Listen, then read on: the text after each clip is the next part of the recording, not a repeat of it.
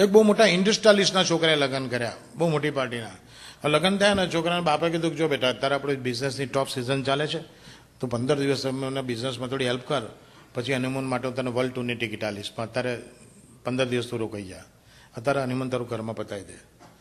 છોકરો તો ઘરમાં હનીમૂન કરવા માટે બહાર લઈને હૂતો. પછી તો કે બેન છો તો આપણને કોઈ નોલેજ આલ્યું નથી, બાપાએ કોઈ બહેનપણીઓ નહીં મારે, કોઈ ભાઈબંધ નહીં, વાત નથી કોઈની જોડે થઈ, અને મને આ કોઈ સેક્સનું નોલેજ નથી, ચાલુ કરવું શું?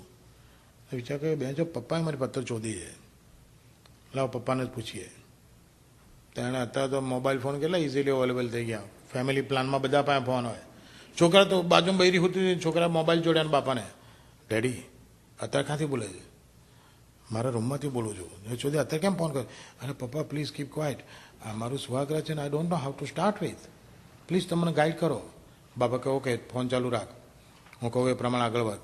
તો કે આનું બ્લાઉઝ કાઢી નાખ, તો કે કાઢી નાખ્યો હવે, એની બ્રા કાઢી નાખ, તો કે કાઢી નાખી હવે, બોલ દબાય થોડી વાર, છાતી બહુ જોતી ના દો તો થોડી વાર રમ્યા, હવે ત્યાં બચ્ચી ભરી હોય તો ભર, તો ભરી હવે એને ચણિયો કાઢી નાખ, તો કે કાઢી નાખ્યો હવે, અને જાંગીઓ કાઢ્યો, તો કે ના કાઢ ને, કાઢી નાખ્યો હવે.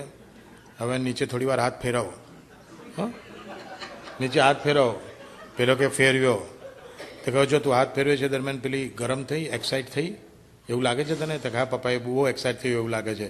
તો હવે ધ્યાનથી સાંભળ, જે મારી પાસે છે, તારી પાસે છે, એની પાસે નથી, એ ત્યાં નીચે નાખી દે. પેલા ચોદે મોબાઈલ નાખી દીધો.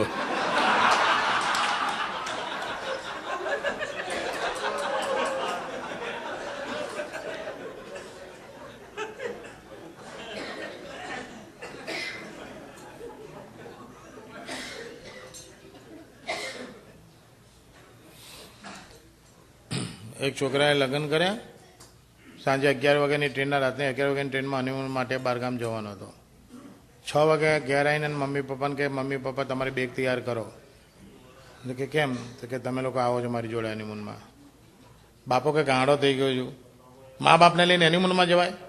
તો કે ના હું તમને લીધા વગર નહીં જવું. કે હું સમજવાનો છું તારથી, તમે મને લીધા વગર બહાર નથી ગયા, હું તમને લીધા વગર નહીં જવું, તમે નહીં આવો તો હું ટિકિટ ફાડીને ફેંકી દઈશ.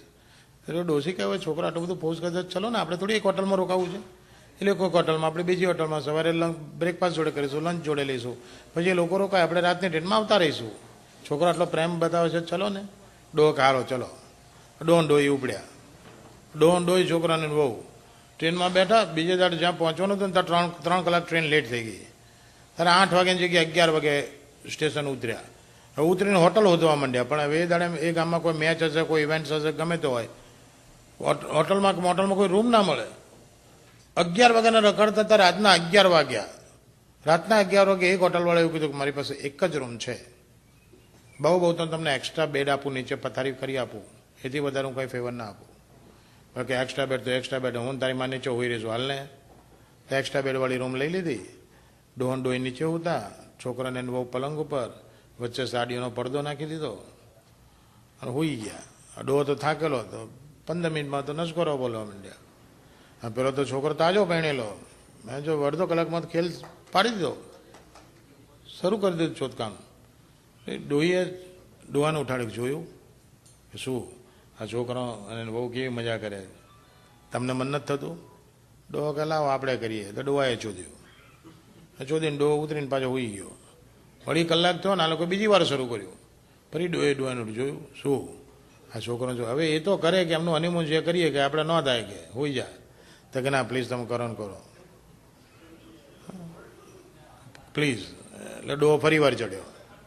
બીજી વારમાં તો બેન જો ડોહો આપી ગયો, માણમાં તો હેઠો ઉતર્યો, ઉતરીને પડકો ભરીને હોઈ ગયો. વળી કલાક તો પેલો છોકરો છોકરી ચાલુ થઈ ગયા. જોયું ન કરે એમનાથી થાય, એ લોકો ધારી એટલી વાર કરીએ કે ને આપણે ન થાય. આજે કેટલા વર્ષ પછી મેં 2 વાર કર્યું, ઉપરા ચાપરી કર્યું ને, હવે ન થાય હોઈ જાય. તો કે ના તમને મારા સોગન છે પ્લીઝ. સોગન દીધા ડોહીએ. તો ડોહો ત્રીજી વાર ચડ્યો. ત્રીજી વારમાં તો બેન જો ડોહાને ફીણ વળી ગયા મોઢામાં, મોઢામાં ફીણ વળી ગયા, હોઈ ગયો પડકો ભરીને. વળી કલાક થયો ને ડોન પેલા છોકરાને બહુ ચાલુ થાય. ડોહે ફરી જોયું, કાકાની ખોપડી ફરી ડોહાને ઊભો જ થઈ ગયો પથારીમાં, સાડીઓનો પડદો તોડી નાખ્યો, ચડેલા છોકરાને પાછળ બોચીમાં જાલીને ઊંચો કરીને કે ઘોડીના તું હનીમૂન કરવા આવ્યો છું તારી માં ચોદાવા આવ્યો છું?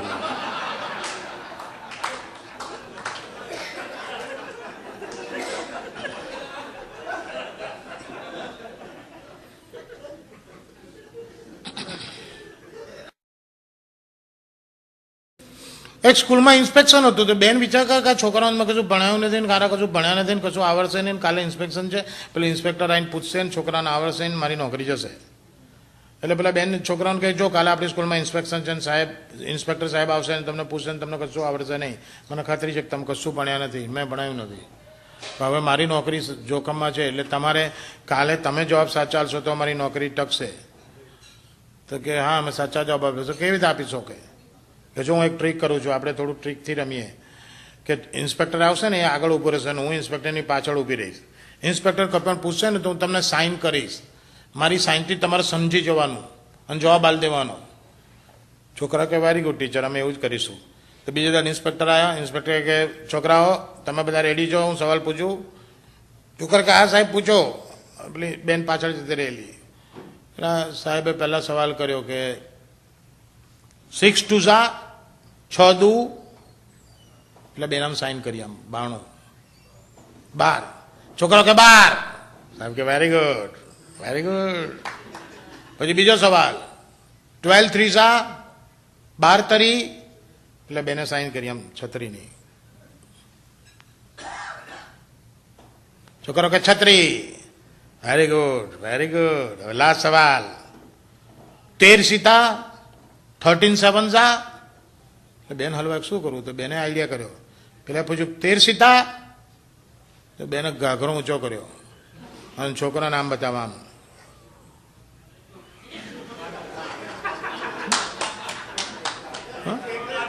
હા કે ફરી પૂછ્યું 13 તો છોકરા નાના નાના સમજણ ના પડી, આમ આમ કર્યું. 13 છેલ્લી વાર પૂછું છું. તો એક નાનો છોકરો ઉભો થઈને કે અમારી બેનનો ભોસડો.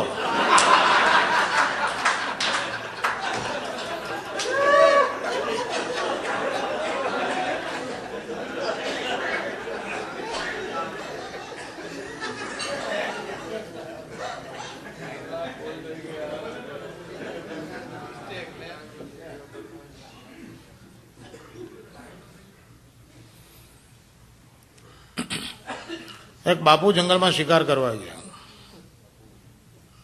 હાથમાં બંદૂક, સામેથી વાઘ આવ્યો. બાપુએ આમ એમ લીધો, વાઘ કૂદી ગયો. હા બાપુ કે ભોસડીને કૂદી ગયો ને આ તો મરાણા ને તો બીજી ગોળી નથી. વાઘ પાઈને કે કેમ બાપુ? બાપુ કે ભૂલ થઈ ગઈ. ભૂલ છે ને કે બેન ચો તું મારી હોશિયારીથી કૂદે તું કે ભૂલ થઈ ગઈ, અત્યારે ફાડી ખાવું, મટન તારું બધું ખાઈ જવું. બાપુ કે ગાડીનો ધામા મને ન મરાય, હું તો ગામનો બાપુ છું, મારે 2 દીકરા ને એક વહુ છે. વાઘ કે તારે નવીના છે, મારે હમણાં 3 બચ્ચા આવ્યા છે ને મારે વાઘણી છે, હમણાં હું નવરો ન થઈ જાત, આ તને મારી નાખું. આ બાપુ કે આ ભોસડીને મારી નાખશે. આ બાપુ કે જો તારે માર્યું ને તમારી ગાંડ માર લે પણ મને જવા દે. અને વાઘને તો જોઈએ આમાં કેવી મજા આવે. વાઘે તો બાપુની ગાંડ મારીને વાઘ ગયા ને બાપુ ગયા. આ બાપુ કે ભલે ભોસડીનો આજ મારી ગયો, કાલ 2 ગોળી ભરાવીને આવું. કૂદે ભેગો ભોસડીને પાડ દો તો 2 ગોળી ભરાવીને આવ્યા. આમાંથી વાઘ બાપુએ ભડાકા શરૂ કર્યો, કૂદી ગયો કૂદી ગયો. બાપુ કે ભોસડીનો આજે કૂદી ગયો. હા મરાણા કે વાહ પાયા કે કેમ બાપુ? કે ભૂલ થઈ ગયો. રોજ છે ને ભૂલતા છે બેન ચોથ, ગઈકાલે છોડ્યો ને હવે નહીં, ધીસ ઇઝ નથિંગ ડુઈંગ, કે આજે તો મારી નાખું.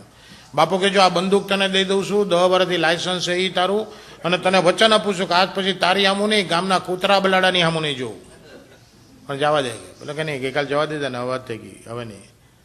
કે જો તને ગઈકાલે મજા આવી હતી ને, આજ ફરી મારલે પણ જવા દે. વાઘે તો ફરી બાપુની ગાંડમાં વાઘ ગયા ને બાપુ ગયા.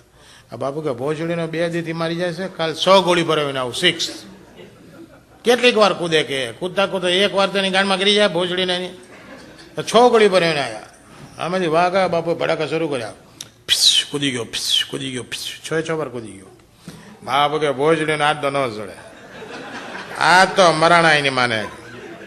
એટલે વાઘ પાયા હોય ને પેલા બાપુએ વાઘને લલચાવવા માટે ચોઈણો કાઢી નાખ્યો, જબ્બો ઊંચો કરીને ઝાડના ટેકે આમ ટેકો દઈને ગાંઠ ધરીને ગોઠવાઈ ગયા.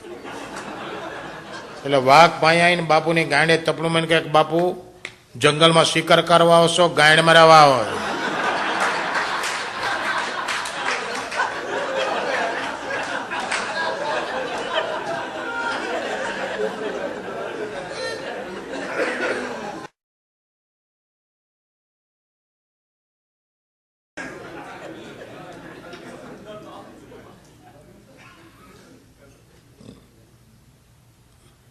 એક બહુ ઊંચો જો એક માણસ સેક્સના ડૉક્ટર પાસે ગયો કે ડૉક્ટર મને નીચે પ્રોબ્લેમ છે તો કે છુદા એ નીચેનો પ્રોબ્લેમવાળા જ આવે છે તું ખોલીને બતાવે કે ખોલીને બતાવીશ તો તમને હસવું આવશે.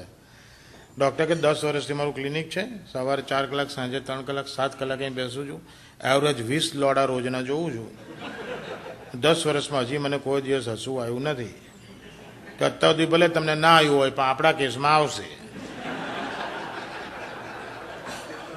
પેલો કે જો તું એવી ચેલેન્જ જ ચાલતો હોય તો હું તને ચેલેન્જ આપું, જો હું તારું લોડું જોઈને હસી પડીશ તો તારી ફી નહીં લઉં, દવાઈ ફરી આપીશ પણ તારે ખોલવું તો પડશે. તો પેલા તો પાટલોને ખોલ્યું ને તો નીચેનું લોડું અગરબત્તી લબડતી ને એટલું પતલું, અગરબત્તી લબડતી એવું જ લાગે.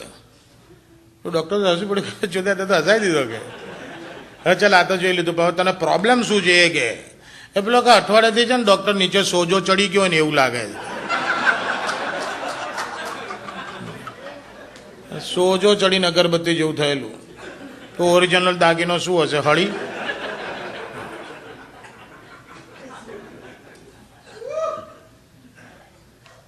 એક શેના ડોક્ટર?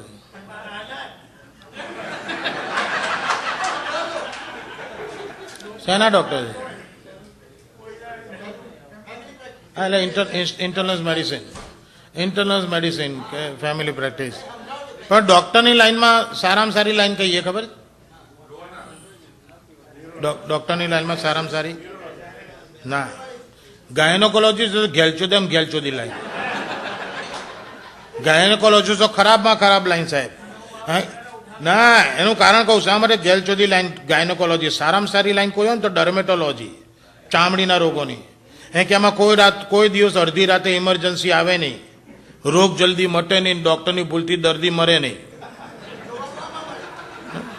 અને ઘેલચોદામાં ઘેલચોદી છે ને ગાયનોકોલોજીસ્ટ, કારણ કે જે કાણામાં આખી દુનિયા મજા હોતી હોય ત્યાં ચોદું પ્રોબ્લેમ હોતો હોય.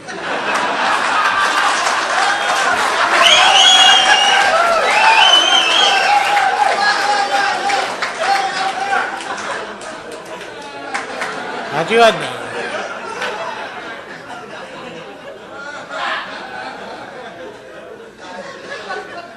હા હા ધર્મેશ અહીંયા હા ભાઈ. અને આ ભાઈ બહુ મજાની વાત છે, બહુ ઊંચો જોક છે, બહુ ઊંચો. દરેક માણસના લોડામાં વીર્ય હોય અને વીર્યમાં શુક્રાણુ હોય, સ્પર્મ જેને કહેવાય, જેનામાં છોકરું ફર્ટિલાઇઝ કરવાની, છોકરું પેદા કરવાની તાકાત એ સ્પર્મમાં હોય. તો એક લોડામાં 2 સ્પર્મ વાતો કરે તો એક સ્પર્મ બીજાને કહે કે if you will be fertilise then what you will like to be. પેલો કહો if I will be fertilise then I would like to be a neurosurgeon.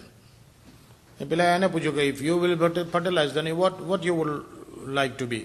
પેલો કે if I will be fertilise then I would like to be a computer engineer. હવે computer engineer અને ન્યુરોસર્જનની વાત ચાલતી હતી ને એવામાં જેનું લોડું હતું ને એનું મુઠ્ઠિયું માર્યું. એટલે મુઠ્ઠિયું માર્યું એટલે વીર્ય બધું ગયું બાથરૂમના ફ્લોર ઉપર, ગટરમાં જવા માંડ્યું. ગટરમાં જતું હતું તે એક સ્પર્મ બીજાને કંઈક ભેંડ ચોદ કેરિયરની માં ચોદાઈ ગઈ.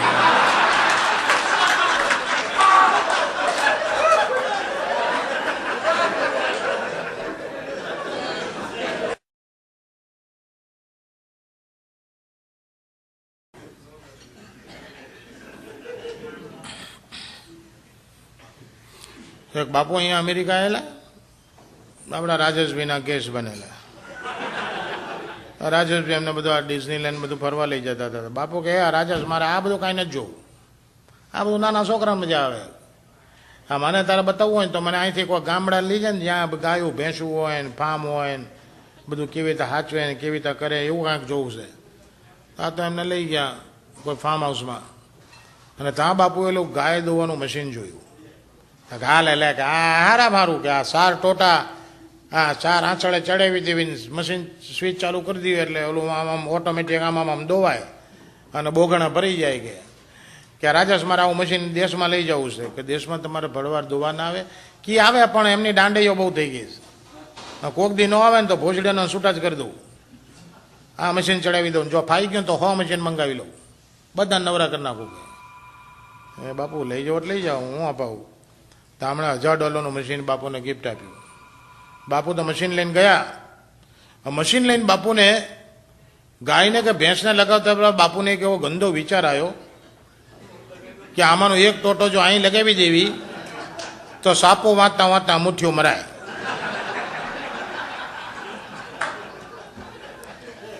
એટલે એક ટોટો અહીં લગાવીને ફૂલ છાપ છાપુલીને બાપુ બેસી ગયા. મશીન ચાલુ થઈ ગયું.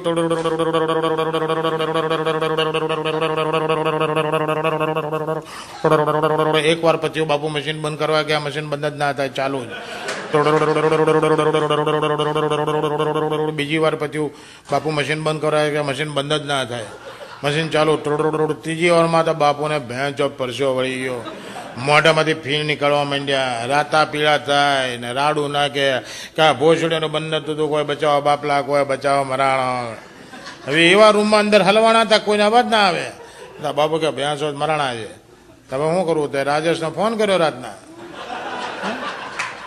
રાજેશભાઈ કે શું થયું બાપુ? કે વાલા તારા વાળું મશીન ભોસડીનું કે એ છે ને ગાયને ભેંસને લગાવતા પેલા આવો વિચાર આવ્યો, તે એક ટોટો અહીં નીચે ચોંટાડીને બેઠો છું અને 2 વાર તો પચ્યું અને આ મશીન ભોસડીનું બંધ જ થતું કે હવે આનું શું કરવું કે. એટલે આ કે તમે મશીનની પાછળ વાંચો, મેં ઇન્સ્ટ્રક્શન લખેલી છે કે this machine stops automatically after 5 liters.